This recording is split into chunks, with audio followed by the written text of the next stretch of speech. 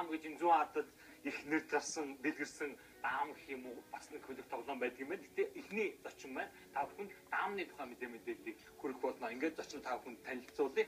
Даамны спортын тухай ярихаар одоо даамны холбооны дэд хэлбэрийг Батэрднугаа хүрэлцэн ирсэн байна. Энэ өглөөний мэдрэг.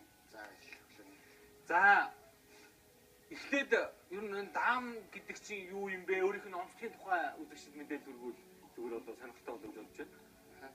За тэгэхээр яг даам бол манайхан даам гэж тэр их яг одоо чинь энэ хөлөг тоглоомнууд бол бүгд адилхан. Юу тодорхойлох вэ гэхээр дүрс байгаа шүү дээ. Нэгдүгээр дүрсээрээ ялгаад, хоёрдугаар нүүдлүүд нөр байхгүй. Тэгэхээр тэргүүрээ л тодорхойлогдоод явчихна. Жишээ нь даам бол заавал ийм хоёр ижлэх нь одоо хоёр тал нь ийм ижлэх юм одоо бүрхий хавтгаж гэх юм уу. Тэгэхээр энэ хүү гэж байгаа шүү дээ. Ингээд тэгээ зөвхөн бордыг өрнөгээд тэгээ нөгөө эднэгээд ингээд тодорхойлчихлаа л да. Зохиогч гэж байх статистикгүй тэрийг бол ер нь хүндрэлтэнд одоо юу гэдгийг дэдээ тоглож ирсэн гэсэн түүх мэдээлэл нь хэрэг байдаг юм лээ. За ер нь бол одоо чинь дэлхийн маш олон оронд л энэ бол нөгөө нэлээ одоо юу хэлмээрээ хүмүүс цагаа чөлөө цагаа өнгөрүүлж байгаа л нэг хэлбэр өгдөг шүү дээ. Гудамж хүртэл тоглоо. Тэр утгаараа бол дэлхийн маш олон оронд нөгөө янз бүрийн төрлүүд ингэж байж байгаа юм л да. Энэ даамны олон улсын холбоо юм уу? Ерөнхийдөө олон улсын холбоо байгуулагдана гэдэг бол олон улсад их дэлгэрч хүлээмжшүүлж байгаа юм шинжүүд ээ, тийм ээ. Тэр иймэрхүү холбооны үг түүхээс манай үзэгчид сонирхол. Тэгэхээр яг уу ийм байгаа юм л да. Холбоо гэхээр дэлхийн даамын холбоо гэдэг байж байгаа. Дэлхийн даамын холбоо бол 1947 онд байгуулагдсан. Их байгуулагдсан юм. Одоо бол яг уу яг спорт гэдэг утгаараа спортын холбоо гэдэг утгаараа байгуулагдсан цаг нь бол бас нэлээд хойно байгаа юм л да. Яг тэгвэл жишээлбэл анхны олимпикт 1896 онд шүү дээ. Тэрний шиг тэр үед ингээд нөгөө спортын холбоод зэгцрээд ирсэн. Тэгээд тэр үед бол байгуулагдаагүй 50 жилийн дараа гэдэг бол нэлээд хойно тооцоо. Энэ даам ер нь дэлхийн олон оронд хүмүүс мэдээж тоглодог уу? Ер нь бол бүхэл оронд байдаг байх зүгээр яг тоглодог гэдэг. Тэр дэлхийн холбооны гишүүн гэх юм бол нэг 60 орчим орн байна л да. Монголын хувьд ер нь монголчууд эднээс даам тоглож гисэн юм бэ? За Монголын даамны холбоо ингэж хэлж болно л да. Яг энэ 100 бодол даам гэх юм бол ер нь 66 оноос аль биесээр тоглосон гэж үздэг. Аль биесээр. Оросын мэрэгчлэлтэнгүүд төмөр замд ирсэн мэрэгчлэлтэнгүүдээс одоо сураад тэгэл тоглосон юм лээ. Тэгвэл даамын холбоо бол 1988 онд байгуулагдсан л да. Тэгэхээр ерөнхийдөө Монгол даам бол Монголд Оросуудаар хамжиж орж ирсэн байх магадлал их өндөртэй юм байна шүү дээ. Одоо ер нь тэмдэглэж байгаа. Тэгэж хэлэхэд бол хэцүү. Яг тэгэхээр одоо өмнө нь бол нөгөө үндэсний тоглоомч гэдэг юм уу тийм байдлаар бол тоглож ирсэн. Тэгээ яг одоо спорт гэдэг утгаараа ч бас спортод оруулаад байгаа шүү дээ. Спорт одоо тэмцээн уралдаан зохион байгуулах гэдэг утгаараа бол яг Оросудаас л үүссэн. За энэ чинь 100 бодол даам гэж өгдөг. Энэ одоо онцлог нь юу юм бэ? Магадгүй шатартай харьцуулаад ярьж бас болох ч юм болоо гэж байна. Тэр яг хуу онцлог нь бол нэгдүгээр 100 бодол даам гэж байгаа болохоор нөгөө хөлөг нь ингээд хаашаа 10 минут байгаа юм л да. За ийш 10 ийш 10 ингээд 100 бодолттой 10 10. Гэхдээ бол зөвхөн 50 одоо 50 хар дээр нь л тоглоно. 50 хар дээр нь тий. За тэгээд шатар бол яг хуу 64 64 шүү дээ тий. Тэгээд бүх нүүд одоо цагаан харгуй нүүн тий. Тэгээд хүн жишээ нь ингэж нөгөөд ингэж идэнэ гэдэг. Тэгэхээр даам бол зөвхөн одоо нөгөө юугаа дагаална шүү дээ тий. Бороод байгаа ийм байдлаар нүүн. За эдхийг бол та бүхэн мэдж байгаа. Тэгэхээр ийм л одоо ялгаатай. За төсөөтэй тал нь гэх юм бол ингээд хар цагаан байгаа шүү дээ. Хоёр одоо бит хоёр тоглолоо гэхэд хар цагаан. Тэгээ ээлжилч нүүн. Тэр утгаараа нөгөө одоо олон нүүдлийн цаана бодох модох ч гэдэг юм. Тэр юугаар бол их төстэй л дээр. Тэгэхээр ерөнхийдөө тоглох арга тактикийн хувьд бол төстэй болж таарч байна тийм үү? За бас яг тэгж хэлж болно л да нөгөө тоглолтын одоо хувь хүн болгон өөр арга барилаар бас тоглодог тийм. Тэгэхээр тоглолтын арга барил бол одоо төсөөтэй хүмүүс бас байж болно гэж үзэж байна.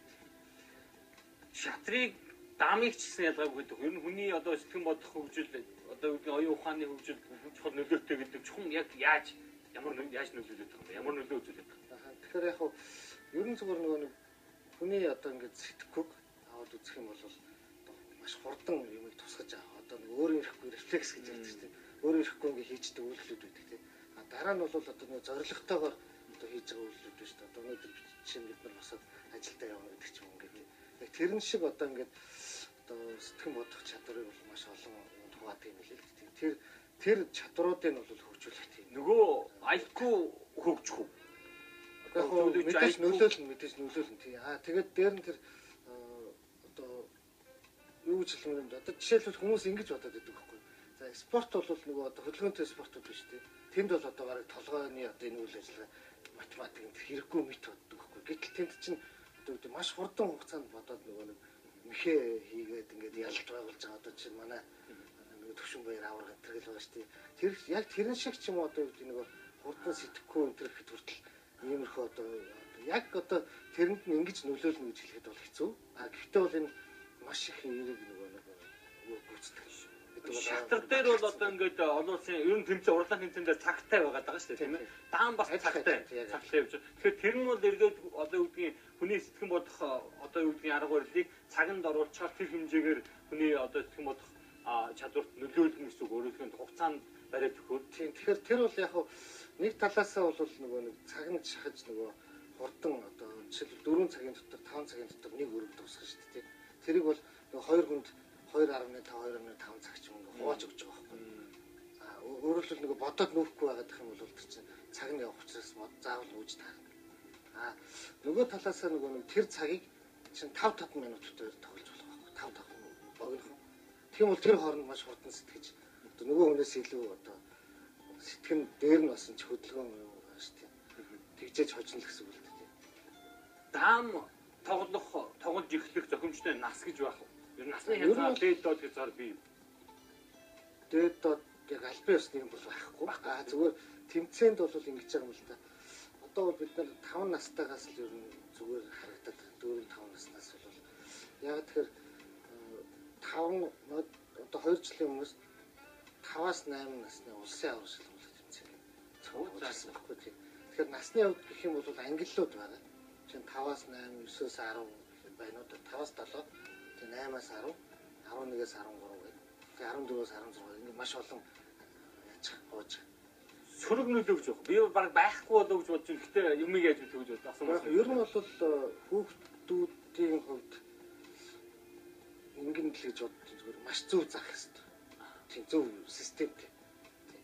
Буруу заавал мэдээж одоо юу гэдэг бас сөрөг нөлөөтэй гэж ойлгож болно л доо. За нөгөө талаас бас нөгөө цаг хугацааны тохируулах хэтрүүлж болохгүй.